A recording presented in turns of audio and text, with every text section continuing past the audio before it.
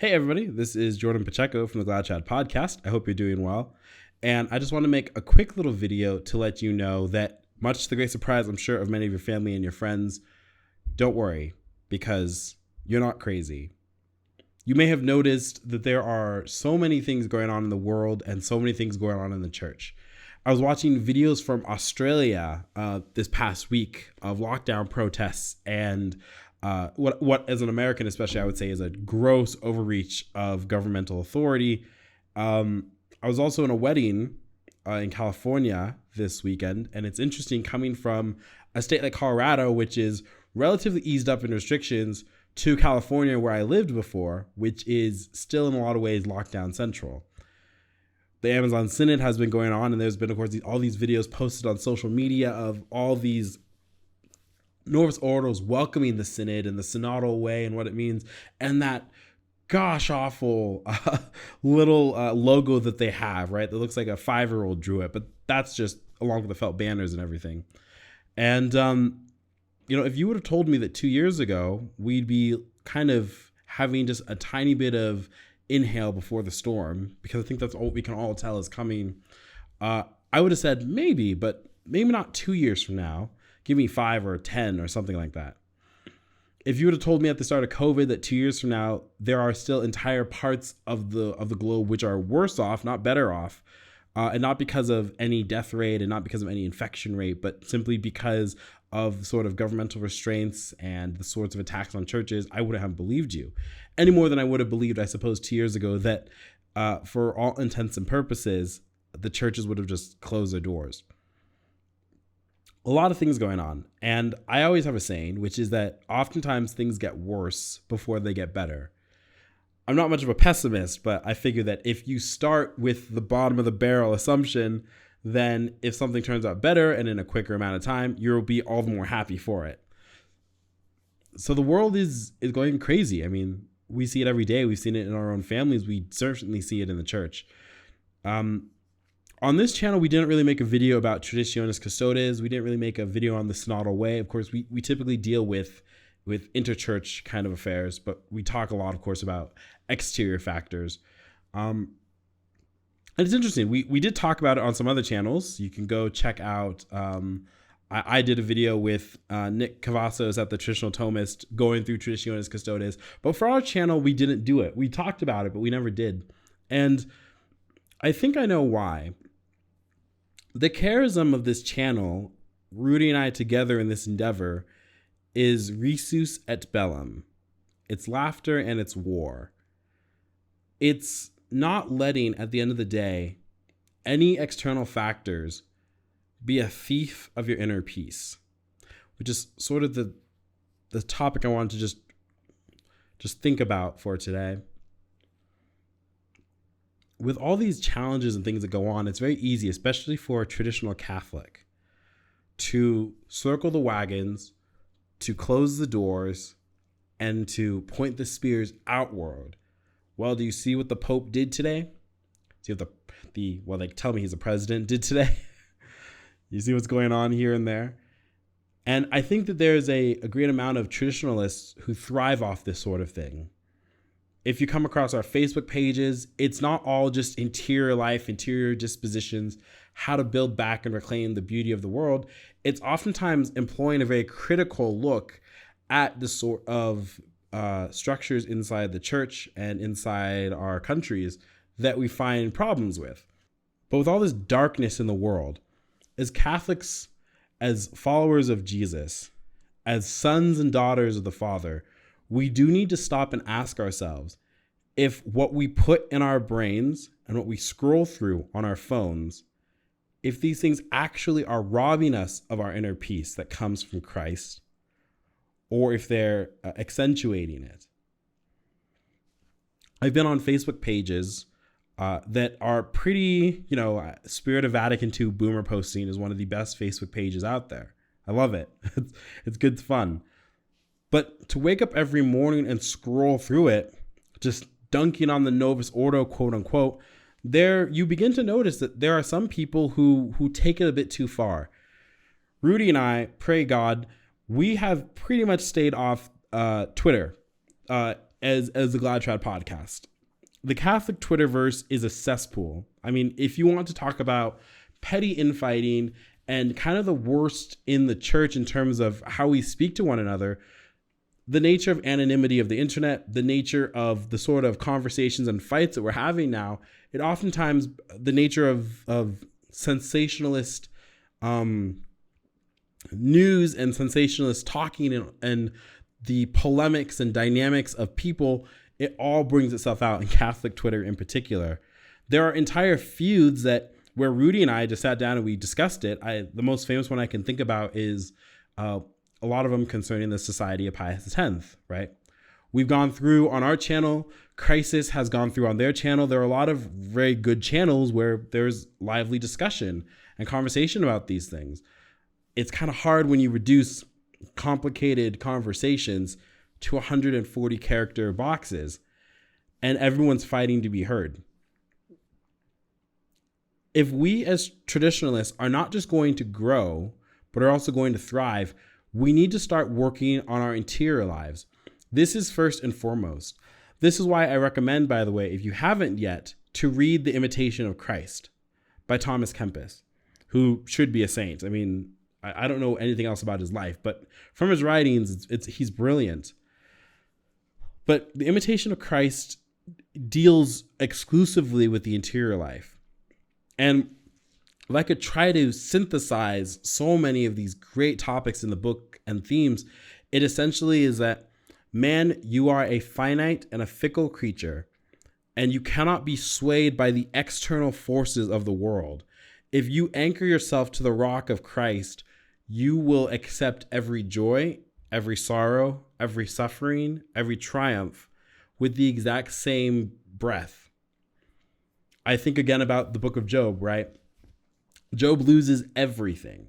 He loses all of his children, his livestock, he's diseased, and he says, the Lord gives, the Lord taketh away, blessed be the name of the Lord. In good times and in bad times, this is not our final home. This doesn't mean that we cannot be attuned to what's going on in the world. I don't really know of the news daily that's coming out of the synod. I suspect that I wouldn't like it very much. Just a random hunch. But I realize that there are just simply bigger fish to fry in the immediate area. I'm now a husband. I'm now senior editor at my job. And I'm working on a series that really hopefully will be bringing people close to Christ. That means that there's time to sit back and realize that there's a lot of good still in the world and a lot of good still in the church. You wouldn't be in your Latin Mass communities or in good parishes or supporting good priests or praying for the Pope if we really thought that the gates of hell had prevailed. Catholics ought to be a joyous sort of people. And again, it's not pushing aside critique. It's not pushing aside realistic assessments of our situations.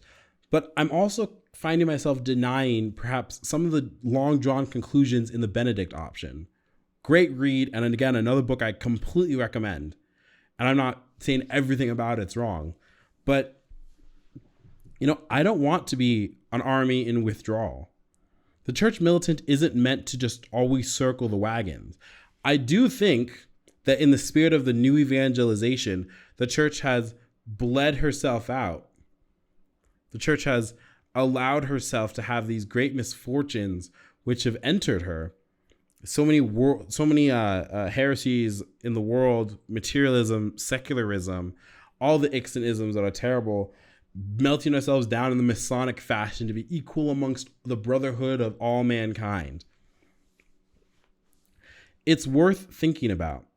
But the opposite isn't true either, that we disengage everything. Over this weekend, I was back at St. Vitus, and our priest there gave another homily. I've heard him speak on this topic before, and it's very akin with everyone in California. But there's no such thing as a utopia for Catholics. There's no such thing as a utopia, even as far as political strife or cultural strife. Now, there are some states that are objectively better. It's easier for things like real estate or finances or land. it's easier to have more money to give to the church in these sorts of circumstances. But we cannot create heaven on earth. We can try. It's not that we shouldn't try. It's not that we aren't ambassadors of the kingdom as baptized Christians. But at the end of the day, this is not our final home. So with all the tumult that has been going on and more to come, we have to remember that we have to be willing to accept our crosses. Christ tells us to pick up our cross daily and follow him. The cross is excruciating. Jesus held onto it for a day. We're called to do this daily. And not be afraid, essentially, of what comes around the corner. I've been really meditating upon this because I see storm clouds, friends. I really do. I don't think this is going to be a very easy next decade, certainly. It's not going to be a next easy 2 years. We've seen how the last 2 years have gone, so there's some history in order for me to suggest that. We've seen from on high, from the Holy Father himself, this genuine hatred of tradition and hatred of the Latin Mass. We've seen from the forces of government that at the end of the day, your freedoms and my freedoms don't really matter. Nothing that cannot be quelched under an authoritarian boot. But as Christians and as Catholics trying our best to love the Lord, we should be ready for anything that the Lord permits us to come our way. A priest said at work once, we should be prepared to die at any time. St. Paul writes, don't you know that when you were baptized into Christ, you were also baptized into his death? That's a profundity that we're going to have to realize sooner or later. It's the end of comfortable Christianity. It's the end of being able to start your little parish out in the middle of nowhere and have it pop up and be left alone and have orthodox and good things come your way. Now is the time for soldiers. And it doesn't mean that we have to start smashing down idols, although they're all over the place now. And it doesn't mean we have to start burning down capitals, although I wouldn't be terribly opposed all the time. But it really does mean at the end of the day that we have to be prepared to accept our fate if the Lord deems it our time, for good or for bad. We cannot let it be a thief of our inner peace. The final note I'll leave with is that, again, this weekend, in the midst of all this darkness, in the midst of the lockdowns of LA, I watched two very good friends get married. Two become one flesh. It was one of the most joyous, beautiful weddings I've ever seen in my life. And for a second, as the Mass often does, you forget about the exterior forces outside in the world. The Mass, of course, is where heaven and earth, in the most radical moment since Christ's crucifixion, they actually meet. To participate in the Mass is to take a vertical slice with a reality of the heavenly banquet.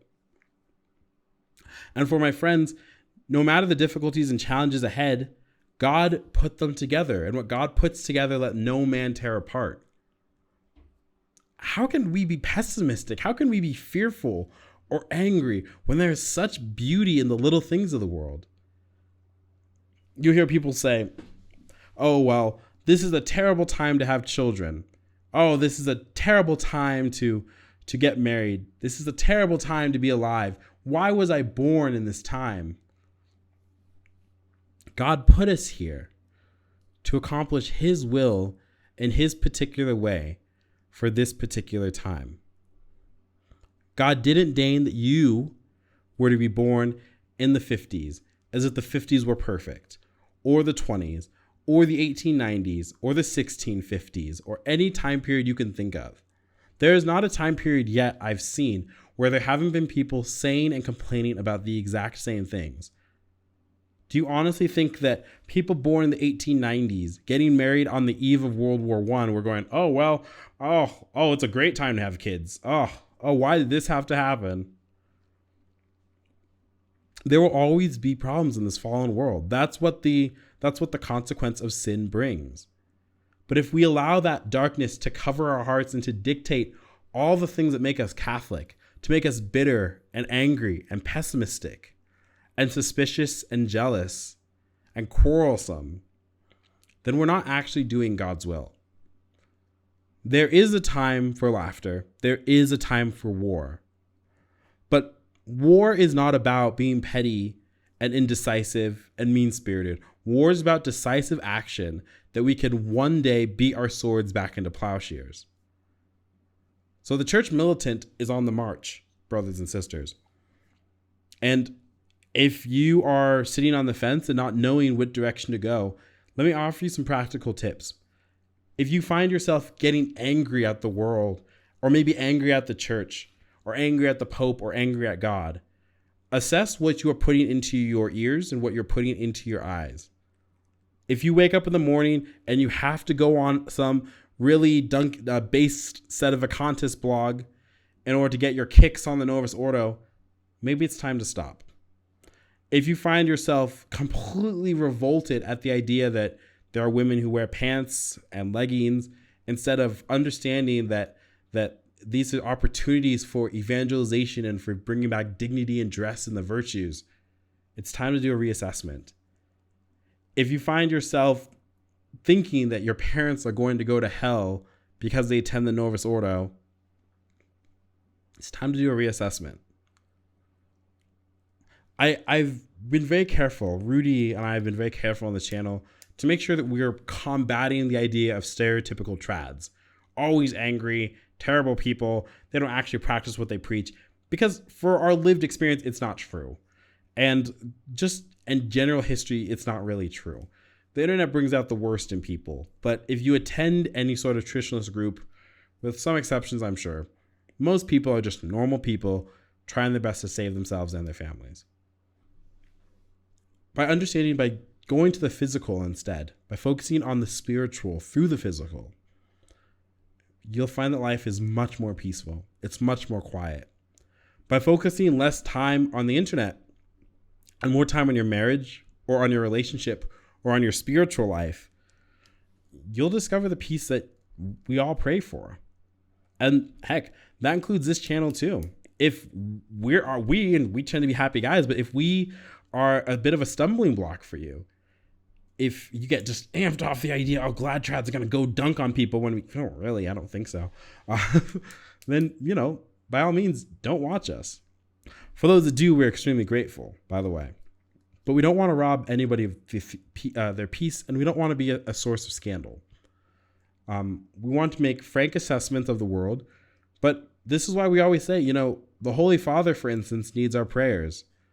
The leaders in the world who seem to be choosing darkness, they need our prayers. Especially for a Catholic, every Catholic is just a confession away from being back in the graces of God. And if you think about how many horrible sins can be wiped away just by that confession, we should cheer that when it happens, and we should encourage it when it does. There's a campaign Archbishop Corleone in San Francisco launched to have rosaries for Nancy Pelosi, for her to convert on abortion, essentially, for her to turn back to the Catholic faith, I would say. That is our weapon.